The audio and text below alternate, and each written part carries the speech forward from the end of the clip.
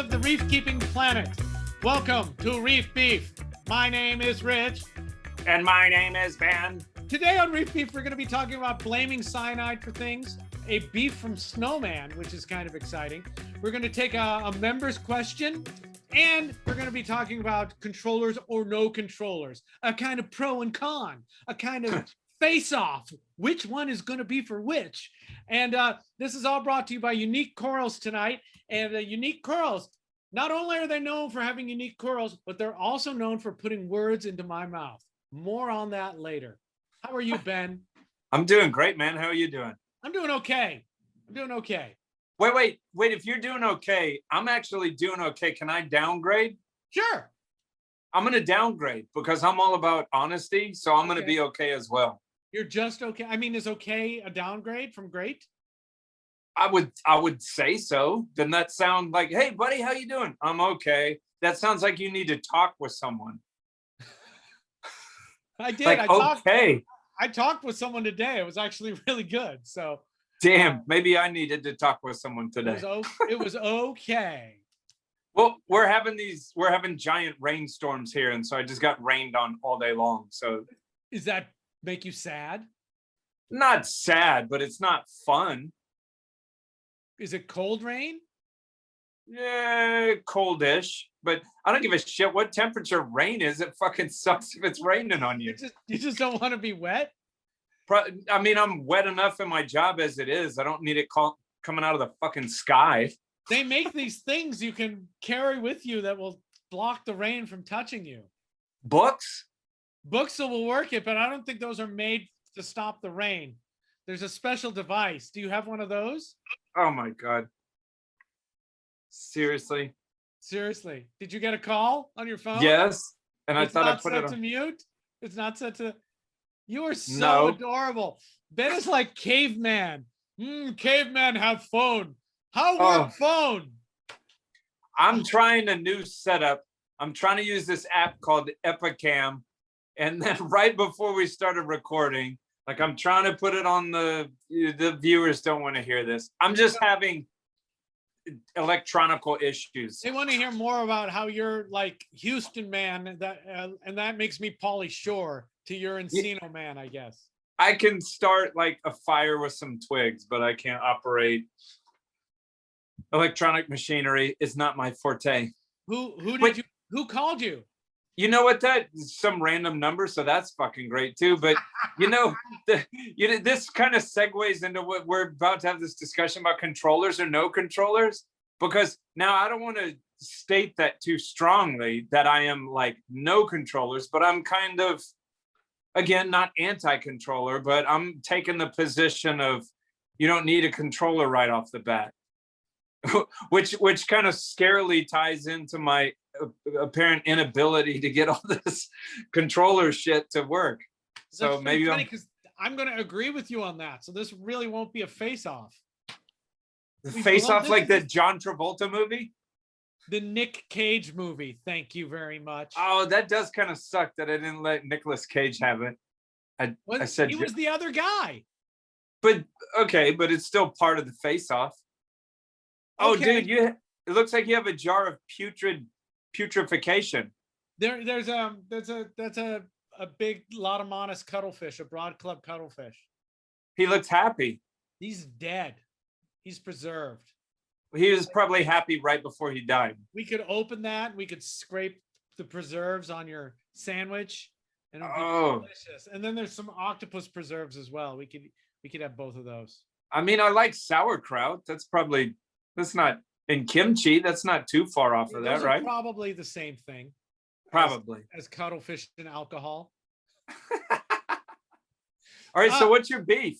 It's Snowman's beef. Snowman sent us a couple of screenshots from some Facebook group, I think, and it was somebody who had a nasotang that died, and it had some kind of big lump in its body, and he wanted to know what it could possibly be, and somebody responded by saying it's probably cyanide. It was probably collected with cyanide and it died, and the guy said even after 7 months. And the guy who said it was cyanide said, yeah, Oh, And that really chapped Snowman's hide. I think what really makes him upset is the idea of people saying random stuff they don't know much about as if it is the truth, you know? So, and that's really frustrating. And that's one of the huge problems with forums, right? Is that yeah. anybody can say anything. And people want, and cyanide is problematic, right? It's still You know, problematic. and But I do have a question, because this has come up recently with me talking with a client whose fish that he did not have very long at all passed away. So I was kind of grasping at straws, and I told him so. I said, look, there's no way I can diagnose this, but I was throwing out different things. And this guy himself is a longtime hobbyist. But I was kind of wondering that too, because so I got into the industry in the 90s, and you could see people talking about catching fish with cyanide all over the place. Now, people didn't talk about it for a long time. And so my question is, who's to say that it hasn't reared its ugly head again? it seems pretty clear it has reared its ugly head, but no one's talking about it because there's really no one doing reporting on it. It's the same kind of problem as there's no central body to make best practices or certifications or anything like that. So it seems like there's still cyanide going on in Indo and in Philippines, although it may be lessened in the Philippines now. It seems clear that it's still happening, but there's no way to get information on it. Rhett Talbot was doing a bunch of work on that, but there's no funding for him to be able to do that. And that's a big problem with a lot of stuff in the industry and the trade, I think. Funding. Yeah, we expect people to do stuff for free. And Yeah. because a lot of people do, it's from hobbyists who do some kinds of tests for free.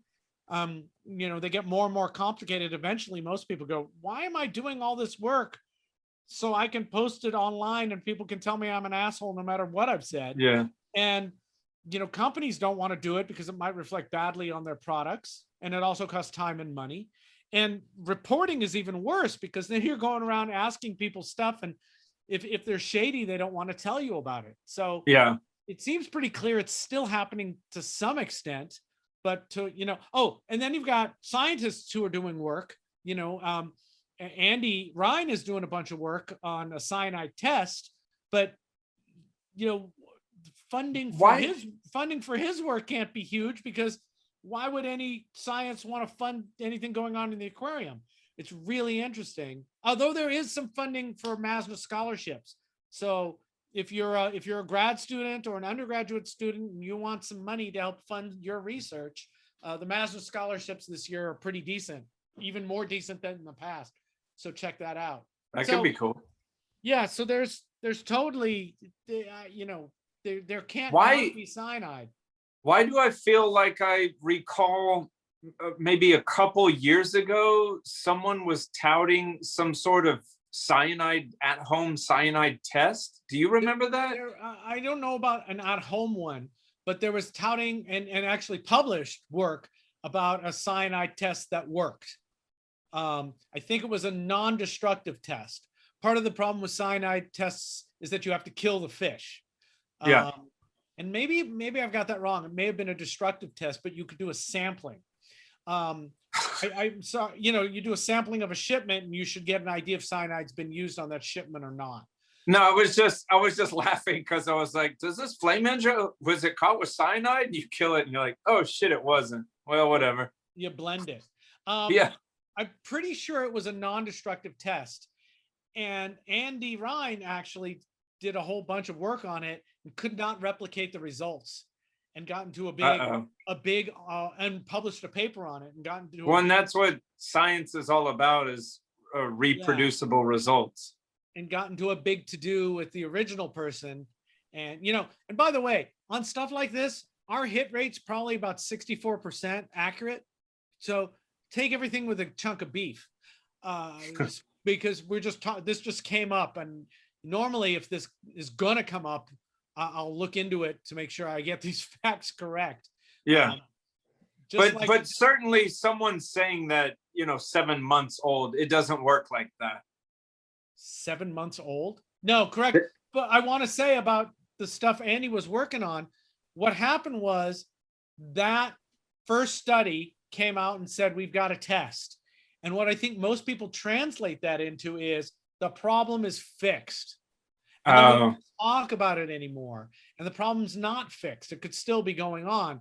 We just have no way to, we have even fewer ways to get the information than we've ever had, because the industry and hobby is fragmented, and it's really hard to get information like that coming from, you know, islands in the middle of the Pacific. It's well, yeah. I mean, if you're talking about the test, and that's the same way I feel about the entire issue of cyanide catching. As I remember when I first got into it, it was a big to do, and then we didn't talk about it anymore. So, and I don't want to throw people on the islands under the bus, but I'm just thinking, you know, some people trying to make ends meet, and they're like, dude, you know how we used to do this? And then we've got the problem all over again. Apparently it's the middleman's fault, not the collector's fault. The Really? middleman provides the cyanide to the collectors Oh, weird. and says, go. Okay, because like, yeah, collector, where the hell? Yeah, because the deal is the cyanide is bad for the fish, but it stuns them and you can catch them easier. And then it takes time for the cyanide to actually kill the fish. So and what I remember for back in the day too, they even came in when we ordered them. They came in bright, happy, healthy, eating like a maniac. As a matter of fact, eating more than normal because it ramped up their metabolism or something. They end up, one of the issues they can have is the inability to uptake food. So they can be eating and eating and eating and slowly starve. Yeah. So now the middleman likes it, because they can get more fish easier. They can by just the move it time out. they leave the middleman's hands, sorry, the middle person's hands, it's not their problem anymore. It's the retailer's problem. Yeah. And the industry lived on that. You know, that part of that side of the trade lived on that, because when we didn't know how to do saltwater as well as we do now, you know, you could easily just say, you know, well, you know, these animals are hard to keep. When I was doing this in the 80s, that was the deal. These are hard to keep. And if they're not hard to keep, if they're poisoned, they're hard to keep. So yeah. So this one that is that died after 7 months, you know, there's no way that is cyanide. There's no way the lump in its body was caused by cyanide. You know, there was some other problem. And I guess using the phrase, it was probably, whatever you say after that, just shut up. Yeah. If you don't know what you're talking about, say maybe it was cyanide. Yeah. Or do you think it could have been cyanide? Yeah. I don't know much about cyanide, but could this have been it? Otherwise, shut up. Damn it. Do we need to teach people how to talk or something? Yeah. Right. This is not a problem that's just in our hobby. This is the entire world. Yeah, every hobby has got this problem, right? I'm just looking to move to Mars, I guess. Oh yeah. Well, or not. You'll totally die if you go to Mars. Probably. I read it somewhere. Yeah, probably. So that was Snowman's beef. What an exciting beef. Yay for you, Snowman. You had a beef. Are we going to Aquashella? We are, man.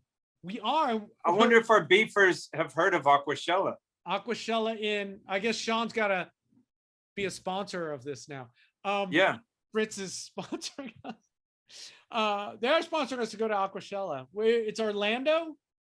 Orlando. Beautiful Orlando. Didn't Orlando just have rap? Sure. Dude. They had another show. I've been in a tube all week. You know, I don't know what's going on.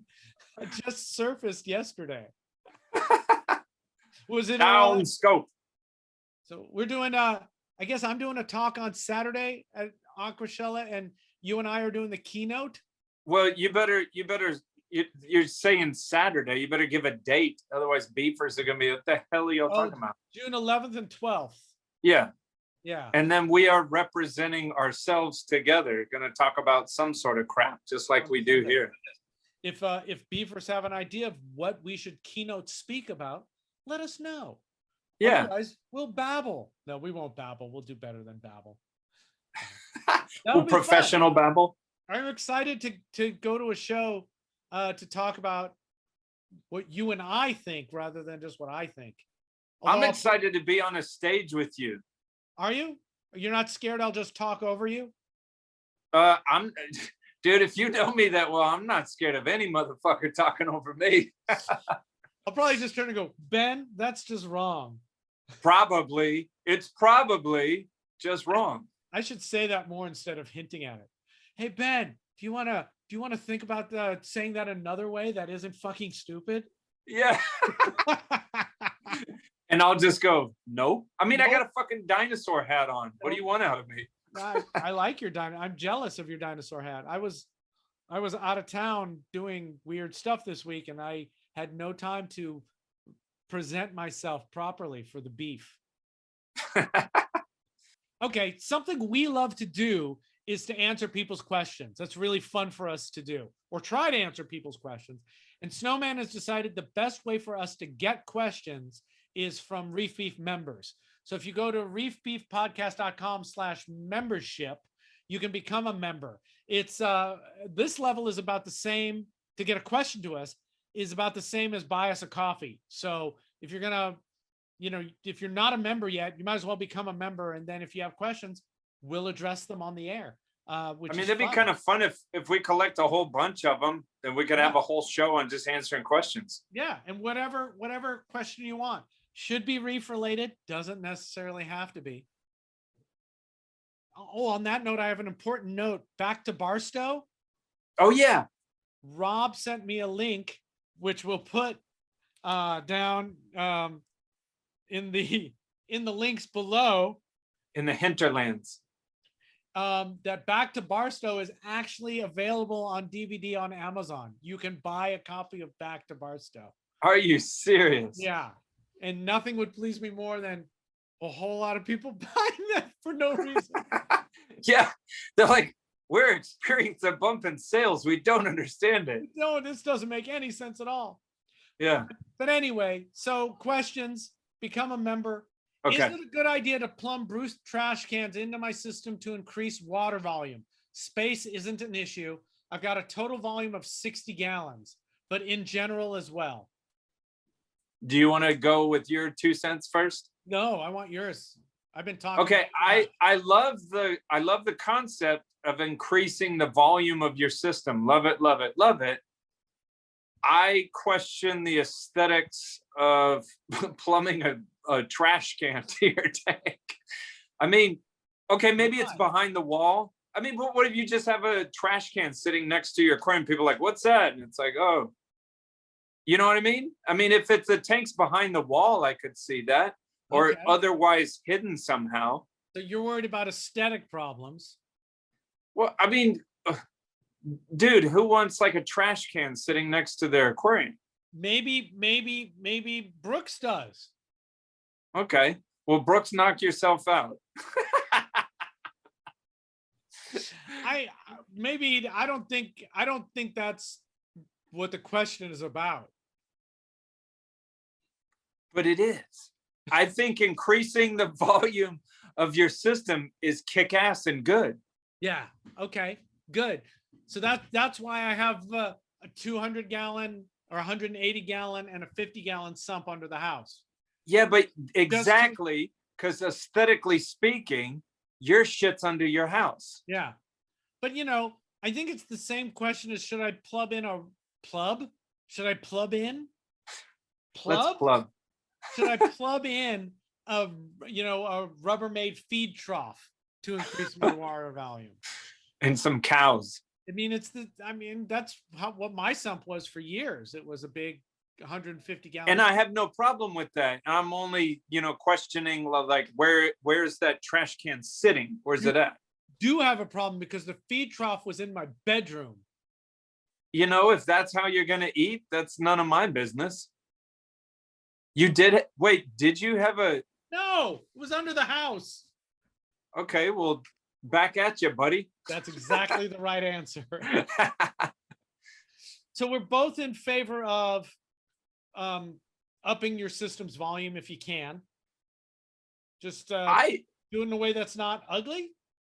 I always had this weird idea. It would be kind of cool if you had like a 75-gallon in-wall tank or something like that, something even smaller, like in-wall tank, and then you had like a 300-gallon sump in your garage. Yeah. I mean, would it be weird? No, I've always thought that would be kind of cool, because then you could actually say you have like a 375-gallon system. People are like, what? Yeah, well, that's what I mean, I have a 400-gallon system, but 200 of it's under the house. I mean, it'd be pretty stable. Yeah, a lot of people, I've seen people with fish rooms do that. You know, they have, you know, there was one guy I remember, you know, back in the day, in the early noughts. Don't yell at your kid on camera. No, I dropped my show notes and I was asking my wife to get it for me. Thank you, wife. Don't yell at your wife on Back to the dungeon. People had like several of these Rubbermaid feed troughs. These are what we used to use as sumps, because you could get them. I have a couple. Right.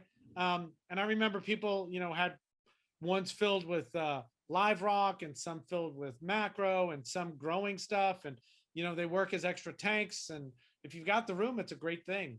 Yeah. You know, I think about the trash cans, there may be a better reservoir to use than a Rubbermaid trash can.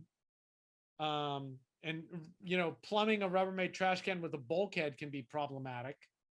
Well, they usually come with those Rubbermaid ones. They come with their own bulkhead, which is fine to use it, but it's no problem to like over drill it and put a hobby type bulkhead on it too. The roundness can sometimes be a problem, especially when you're all the way up. But you know, hey man, if that works for you, if you've got access to a plethora of trash cans and you've got the space, a plethora? A plethora. Hefe. What is? What's that guy's name? Hefe? El Jefe. El Jefe. What is a plethora? What's the guy's name? What was the lackey's name? Oh, dude. I don't remember. It's been too long. But we're the beefers are like, dude, they're stroking out. So it's the three amigos. Yeah, and now all I want to do is sing the songs of at the invisible tree. The invisible swordsman. You killed the invisible swordsman. Yeah, if you've got a plethora of stuff of trash cans and they're easy for you to use, sure.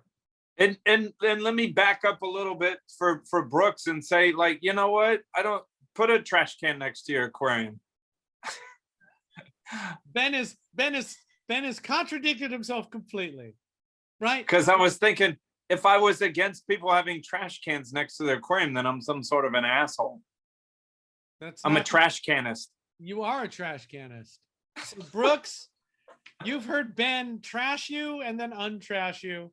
But let me say another thing about Brooks. Okay. It's kind of confusing because he or she or them's name sounds plural, and I'm confused. Maybe Brooks is a hive mind.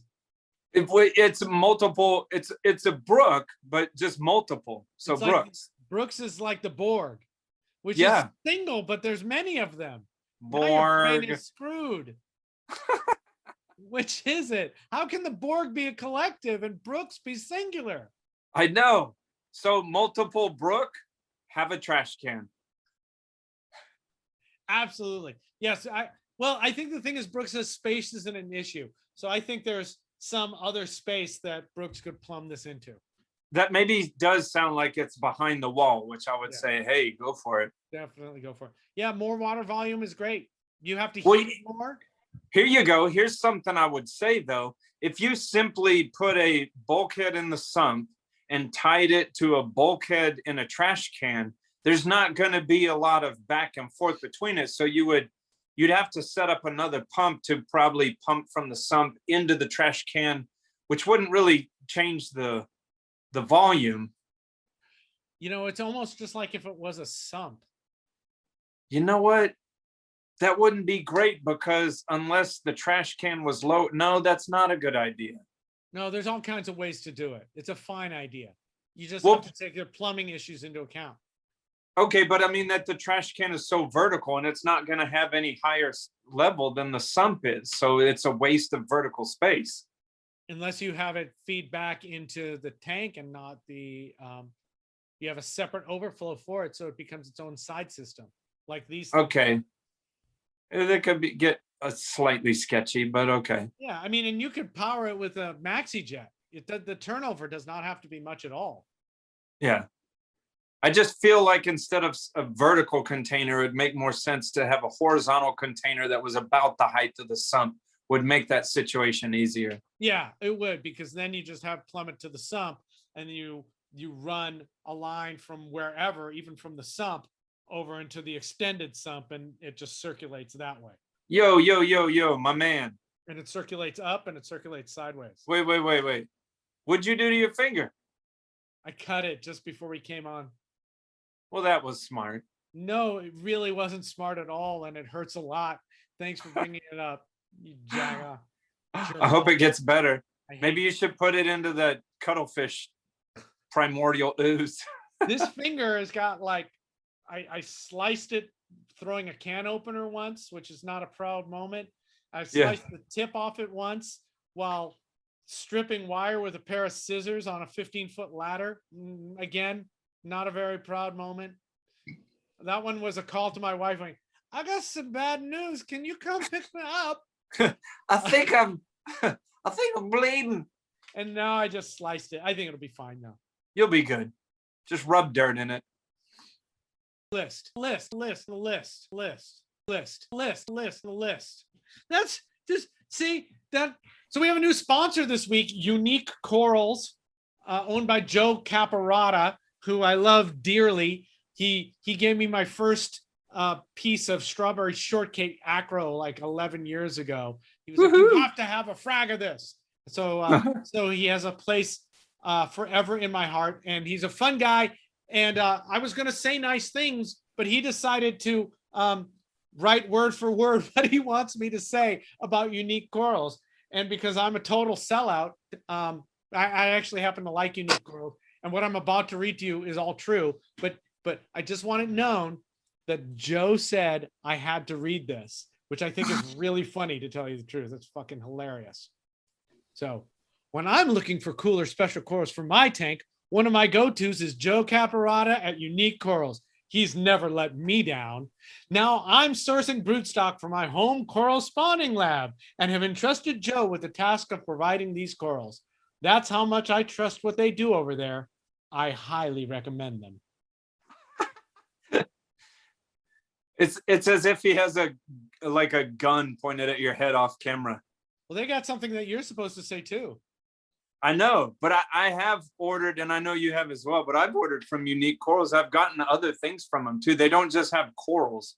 Yeah. They carry great white skimmers, which I've used several times. Delua, I think is the brand, Great White Delua. Yeah. Those are great skimmers. They also have Illumagic LED lights, and I've gotten those. I have them over a client's tank too. Those are great LED lights. That's an option that a lot of people aren't talked about. Again, we were talking about earlier about having support stateside, and I know Joe's always been good about. But to be honest with you, I've never had any issues with the Illumagic lights or the Great White skimmers. It's awesome. Good equipment. They have excellent customer service. Yep. They have a station in the Solomon Islands. And actually, now that COVID's over, Joe and I have talked about going over there to actually, so I may be able to pick the corals I want for the home. Oh, cool. Lab. So they're open again. They're starting to get shipments. So they're going to have cool new corals coming through. So that's fantastic. They do. They have ice. They have ICP testing. They carry Marco rocks. They carry Pantaray pumps. So head on over to uniquecorals.com. Ben and I both like them a lot. And if you're a beefer, enter the code Reef Beef at checkout for 15% off coral, fish, and snails. Basically all livestock, one use per customer. And if you do that, it actually looks good for the beef. That it's a way for them to know that the ad is doing anything. So if you haven't checked them out, go over there, enter the code Reef Beef and get 15% off. Uniquecorals.com. Conscientious, sustainable, quality, and service is their motto. List. list. That's just, see that. I have breaking news. So in a past episode, I can't remember, it's like 1 or 2 ago, where I was going to do the solid carbon dose of the bio pellets on the tank. Yeah. Guess what? What? I'm not going to do it.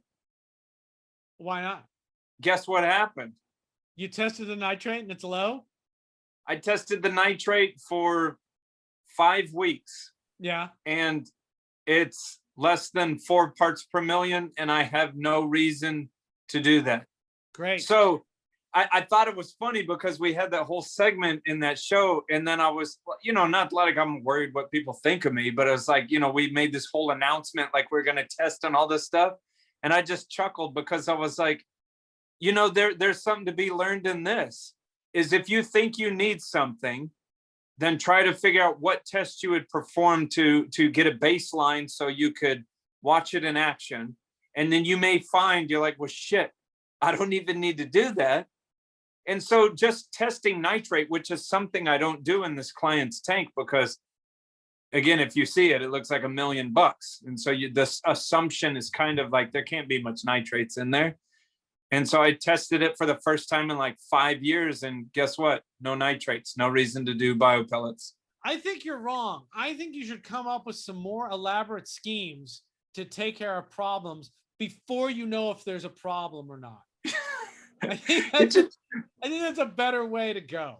I don't have enough shit to do, so I need to worry about shit that's probably non-existent. I know what happened. Your brain latched onto this as a thing to think about, because it's easier to think about that than other things. So props to a former guest, Matt Wandell. I remembered the thing that he said to me many times, which is, I think he got it from somewhere else, but when someone says, I have an algae problem, and they say, you don't have an algae problem, you have an herbivore problem. Yeah. There's not enough herbivores in there eating it. So what did I do? I didn't put the biopellet reactor on there, and instead I bought a bunch of margarita snails and red trochus snails, put them in there, and guess what? There's no algae now, and there's no reason for me to change anything besides the fact that I was just lacking herbivores. Yeah. Yeah, good. So beefers that were waiting to see what I did with this big biopellet experiment, that's what it is. It's found not to need it. Excellent. You dumbass. Yeah, I know. Hey, any new news on your aquarium that's going to be used as a test bed? Yeah, we've started it. There's actually, the corals are in it now. I discovered something really bizarre. And I think I have an idea of what was causing my tank problem. Really? Okay. So that's two different things. So the tank problem, I think, was likely too much vinegar dosing. With the RTN. The RTN and the problem with LPS polyps. Separating. Oh, coming off? Yeah, yeah. So I looked at my notes. I did have a note in my notes from the last time this happened. A sub note.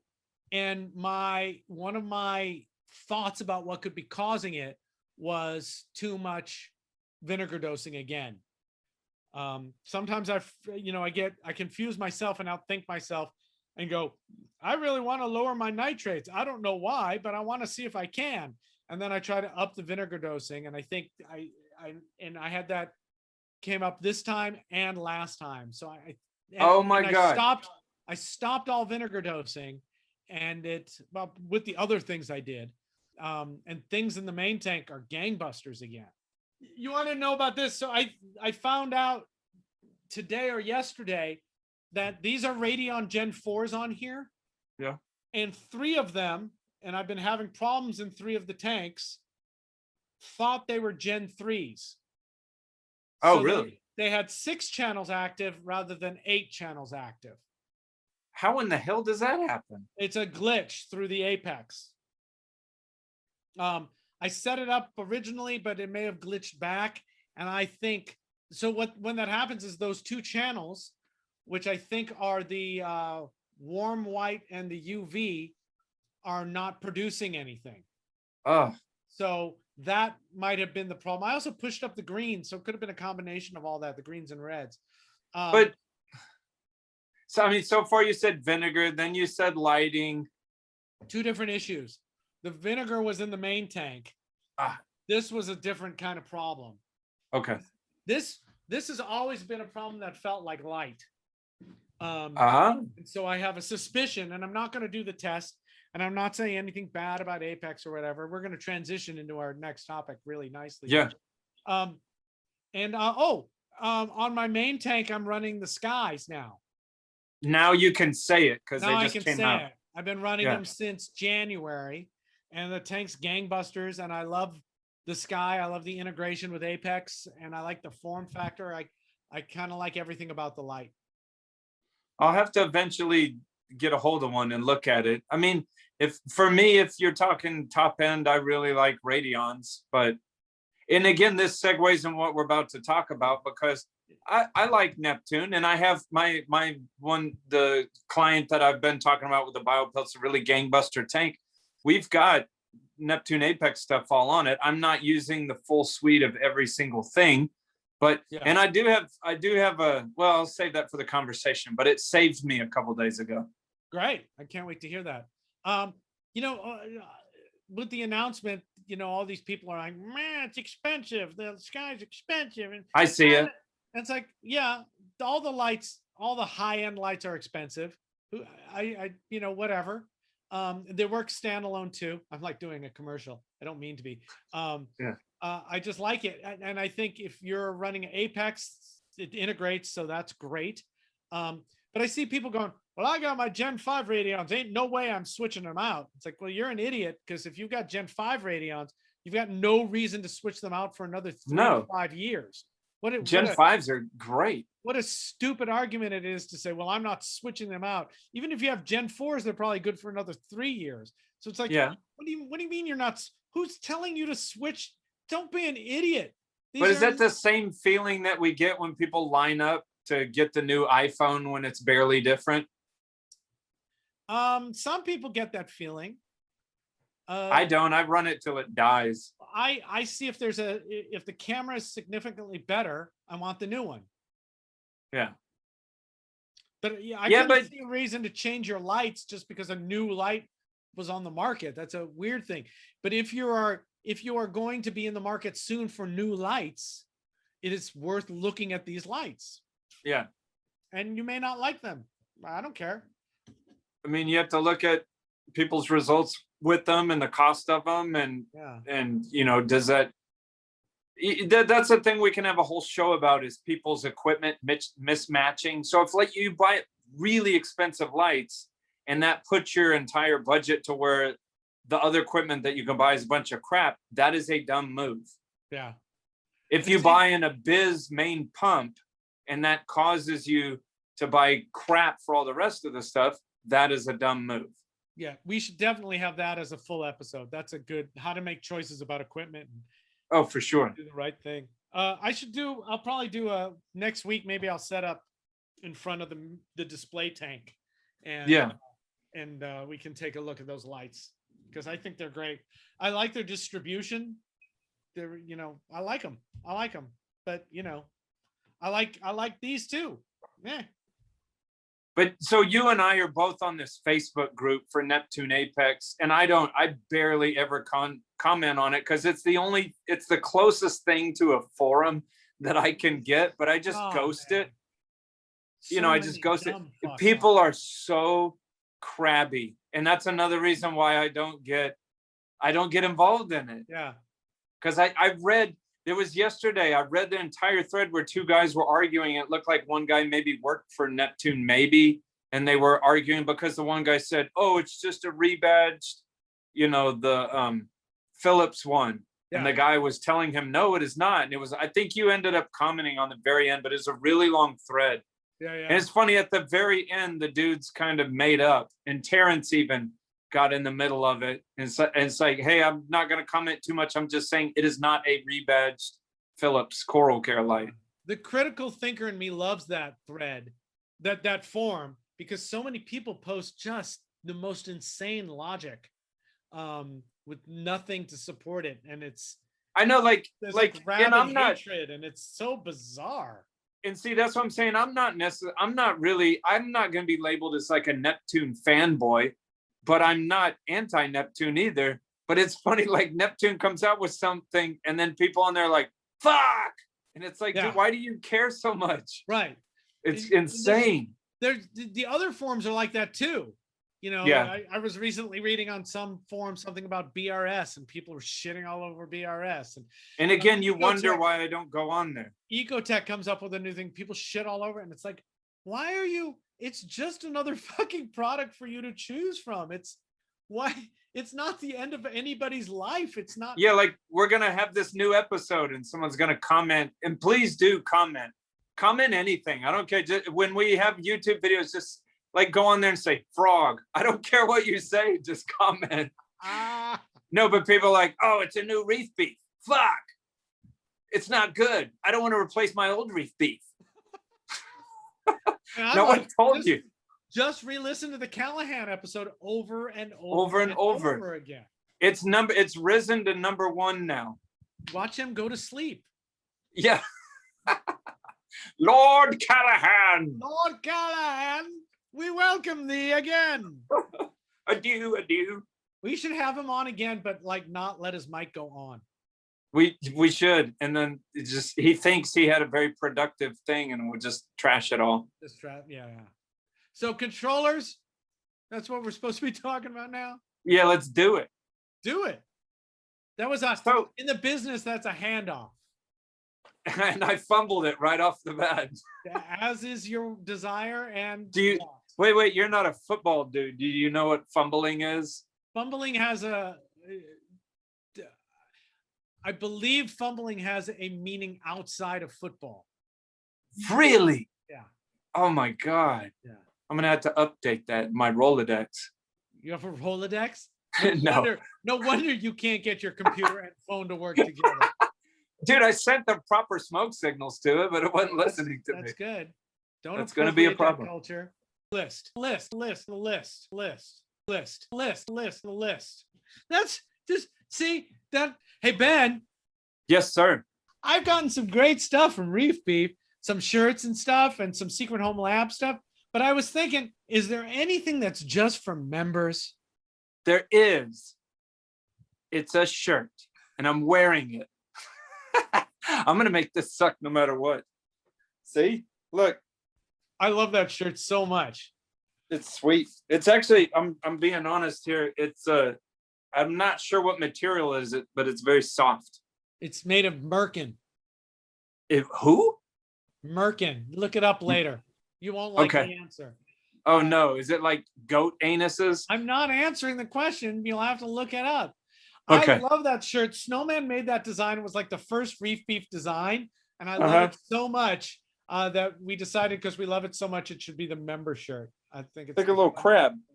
Yeah, I love that it's just a piece of beef in an aquarium. Drawn by kids. So go on over to Reef Beef at the member. Reef Beef, what is it? The URL. Reef Beef.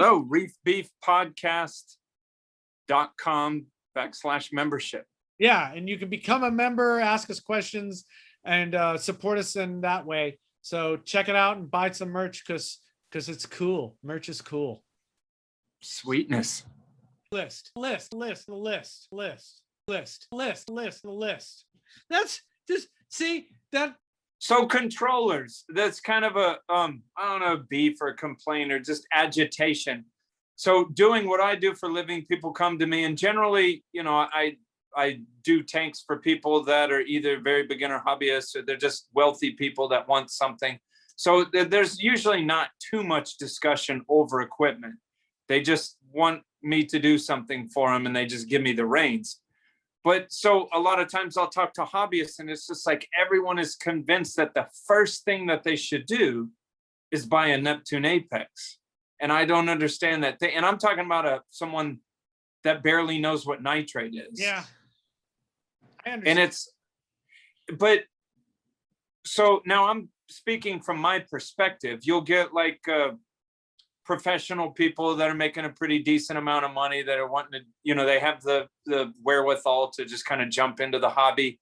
They might have tried a couple stabs at it and decide it was a little over their head. So they give me a call. I go introduce myself, and then I take the reins from there. But, you know, like I took over this one tank, and I don't want to give any details in case the person's watching, but the tank was just like destroyed, and it had a trident on it. And I was just looking at the trident. It's like, it's a cool piece of equipment, but my God, the tank was just completely blanketed by cyanobacteria and was just a wreck. So I don't care how much equipment that you have on it. That takes me back to really, you can get into anything, and you can, if you have a lot of money, you can throw a lot of money at it. And I just don't think in most instances that is going to give you a successful path just because you threw money at it. You need the experience and wisdom, which is you can't really buy. You just have to experience. I can't agree more. It's the same, you know, they used to, when computers first started becoming a thing, you know, like easy and cheap and everyone had them, and QuickBooks was a thing. It was like, yeah, don't jump to QuickBooks. Don't jump to QuickBooks. You've got to, if you can't keep your checkbook in a checkbook, you can't keep it in QuickBooks. Yeah. You have to understand, it might be easier now because QuickBooks is really better now. But it is. It's that same kind of thing. It's the automation will not magically give you information. It will not magically keep your stuff alive and looking good. You have a to Neptune know Apex is not going to make or break your tank. It will certainly be helpful, but if you don't even know what's going on, it's a tool. It's like going, I'm going to build a thing. I'm going to build a house, so I'm going to buy a welder because welders are good. Are you doing a lot of steel work in the house? No. Why'd you buy a welder? You know, and then you have to learn how to use the welder. So I think that's a terrible analogy, but I still love it. I was rolling with it. I think that it's great. It's a great tool. The controller is a fabulous tool, but you have to learn how it works too. It's its whole thing. Then they're better than they were. You know, there's all these tasks now and you can set stuff up, and other controllers have ways to get it going up. But you know, if you're struggling to understand what pH is and how it affects your system, at the same time trying to figure out how to make a pH probe read properly over time, you're giving yourself two tasks that you have to learn to be effective at keeping your animals alive, and that can be hard. I suggest people set up a small tank for 6 months to a year, buy all cultured stuff, and get a feel for it. And probably predominantly like soft corals with some pretty easy LPS. Yeah, get a feel for it before you start dicking around with more complicated stuff. You want to have success. People want to jump to like full-blown things, and you can't do that. You don't learn how to drive and buy a Ferrari, you know. That's what I'm saying. I see that quite often, since I'm like where the rubber meets the road, where people are trying to get in and they're looking for guidance. I'm right there. And you wouldn't believe how often I see someone that's making good money in their job, and they spent maybe a couple months looking on a forum trying to figure out where they want to jump in, and they just jump right into SPS. It maybe a part of it for me is maybe slightly a little bit envy, because, you know, same thing with you, when we first started doing this, it was books. There wasn't really internet. Yeah. So it's like the pace at which we learned back then was like agonizing compared to now. Because I've now met pretty damn good hobbyists, you know, and I'm talking to them and I see their stuff. I'm like, damn, that's pretty good. How long you been doing it? And they're like 3 years. And I'm like, dude, 3 years in the 80s and 90s would have been just to get a handle on what biological filtration is. Right. And you had to build it all yourself. Yeah. It's interesting. I mean, I see the same thing with people. And I think it's because they think that they can buy their way into success. And One the hobby. another thing I've seen before is someone get a Neptune Apex, and then they've done all this stuff, and again I get called in to kind of fix what they were doing, and then I ask, I'm looking at their page and everything, and asking them what they're doing it with, and they end up turning into $1,000 light timer. Right. So you know the story about when I got Apex, how I got into it? No, tell me. I think we've talked about it before, but whatever, right? Because who cares? It's who else listens to every episode besides the beefers Us. who we love so much? We love you, beefers. And maybe new pearls will drop. Yeah. Pearls out of my swiny mouth. Well, that can get complicated. I was running halides, and we have about 4 weeks a year here where it gets into the high 90s, and then it's not consecutive. It's not, they're separated, a few days here, a few days there, and my tank's heat would skyrocket, and I really wanted a way when that was going to happen, if I wasn't home, for the lights to shut off on those hot days. That's really all I was looking for. Was this the 90s? No, this was probably 2010, 2011.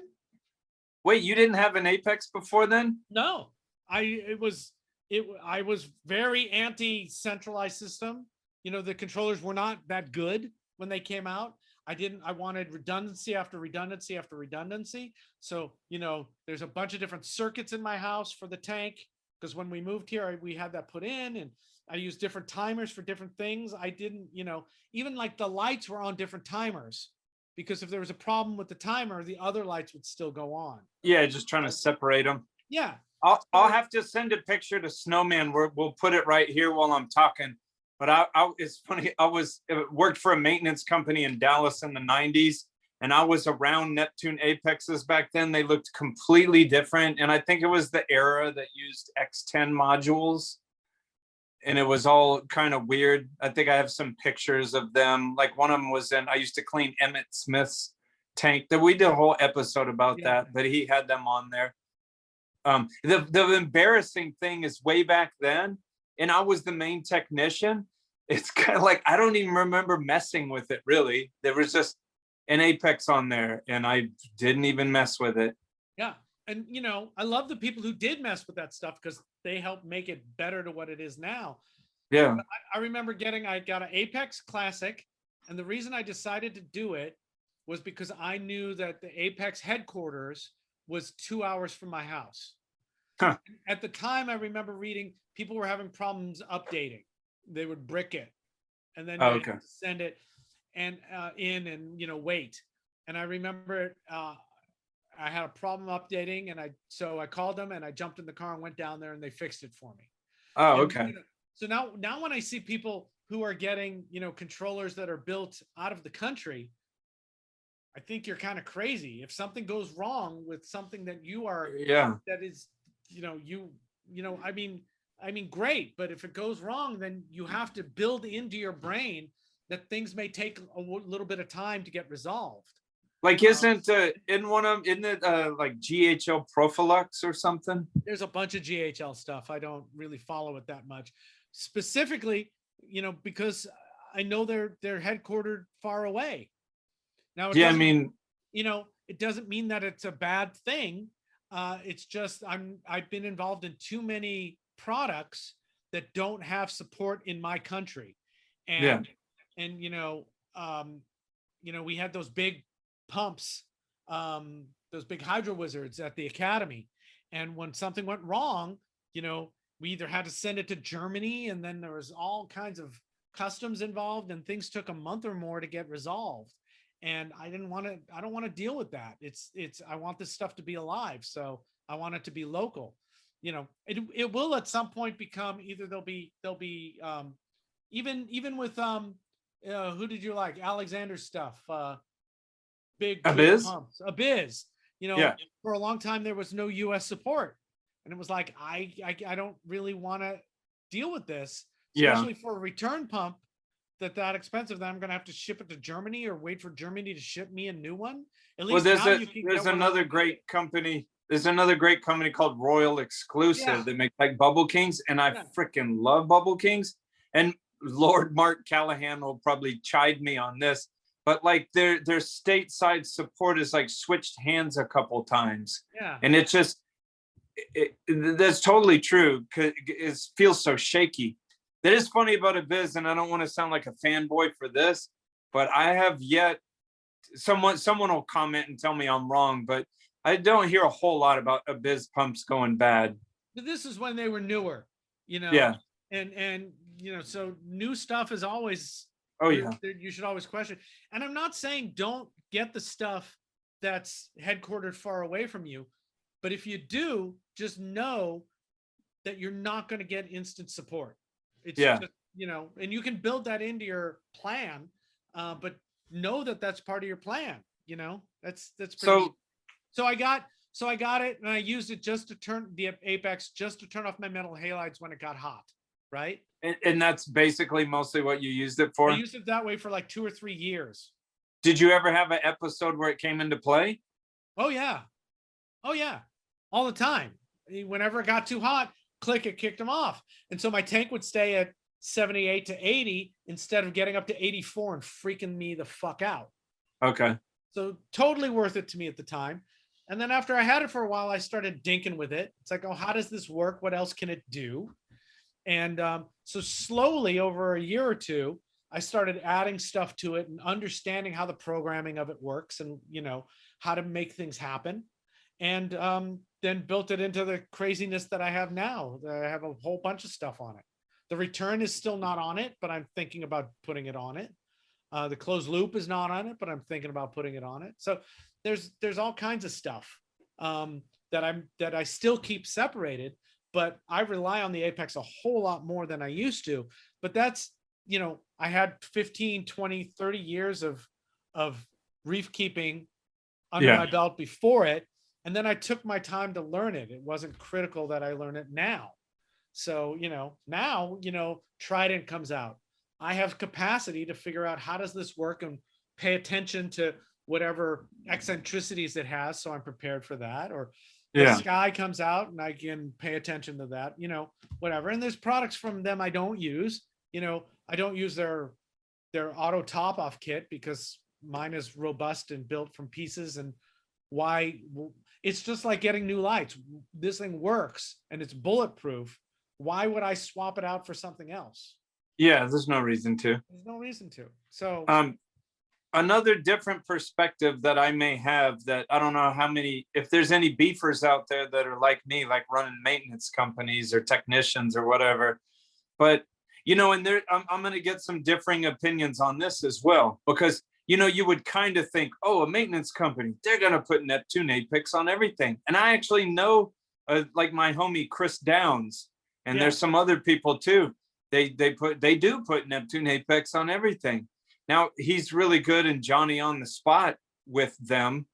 I think sometimes I feel a little technologically challenged. And why, Ben? I just, dude, running the business and the kids and the too many details. And I will admit, I do need to take some time and just, because my trepidation with it is just because of my trepidation with some technology like that. It's just not completely my shtick. And so the problem is I go to a tank and I'm supposed to be cleaning it. Well, a lot of times I'm sitting there dicking around with Neptune Apex. And then, you know, an hour later, it's like, shit, I got to clean the tank. And now I'm making no money. That's not how you would learn it. You should not put it, first on of all, the job. You don't need it, right? You are the Apex in a sense, right? Not completely true, because it has saved my bacon a couple times. They can save your bacon, and that's what they're for. So what I think you should do if you want to learn it is set one up at home. I know you don't want to do that because, oh, I have kids and family and I don't have enough time. But I'm trying to program it. It's like, Daddy, I want a grilled cheese sandwich. But I don't think you'd want to, you know, besides the basics, with which I guess you already understand because you have them on at least 1 or 2 clients' tanks. Why would you, you know, just use it for monitoring and easy on-off stuff, and that's it? But yeah, I mean, I don't personally go for like the inline flow meter, and that's fine. Someone wants to tell me yay or nay, just like all the peripheral stuff. It seems to me that if I were doing remote stuff like you, but this is because I know the ecosystem already of Apex, that I would want an Apex on there so I could double check stuff from my house if there's a problem. You know, I don't have to go over there. Oh, let me reboot, you know, this pump and see if it starts up again. I probably want a camera on the system too, because those are $30 each. And I can check all that stuff and I can monitor it. And they go, oh, well, there's a problem. And it's like, oh shit, the pH has dropped or whatever it is. But I am used to it already. And I like that. And that saved my butt remotely many times, being able to check. And there's gonna be viewers they're gonna poo-poo on this too, but you know, sometimes I'm building a system for someone, and hey, let's be honest, not everyone is buying a $15,000, $20,000, $30,000 system from me. So sometimes, you know, they tell me their budget, and I'm just like, but I have a floor level too. Like, I'm not gonna be working on total mamby-pamby stuff. Dude, you don't need to do controllers just because other people say controllers are cool. You're doing just fine. But yeah, like on a $5,000 to $8,000 system, it's kind of hard to squeeze $1,000 Neptune into that. No, that's fine. I think that's totally fine. You know, I tell the clients about it and they understand what it is, but they're like, well, that's pushing the budget past what I wanted to spend. Okay, well then get a smaller aquarium. I don't want a smaller aquarium. Okay, then let's just do it without a controller. Totally. But let me tell you, I did something dumb last week on my yeah, can you imagine? A guy with a dinosaur hat on did something dumb. On my super fancy aquarium that we've been talking about that I was going to put the bio pellets on. So I did the maintenance. Now, okay, I'm going to get a lot of shit for this too. I have a CJ pump that pumps water through the chiller, okay? Yeah. But the tank is pretty damn long, and I just have the pump to that CJ plugged in the wall, and my Neptune is way on the right wall. What I need to do is get an extension cord and plug it into the damn EB8. Because what I did is I normally leave the chiller pump alone, but this particular time, for whatever reason, I did unplug it. Well, then I left his office, the chiller froze up, and then it started sending me messages saying, hey, tank above 80. And I, you know, for 1 second, I was like, what the fuck? And I was like, I didn't plug the pump in. And so I ran back to his office, and that's a $50,000 aquarium. Yeah. If I melted that, would be kind of pathetic.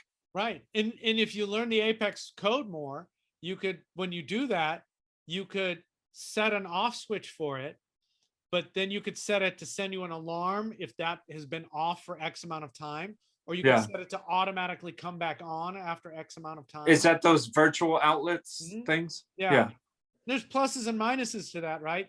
If you like, I have some buttons I can press and then pumps go off, and then I'll be working, but they come on at a specific, you know, X amount of time afterwards.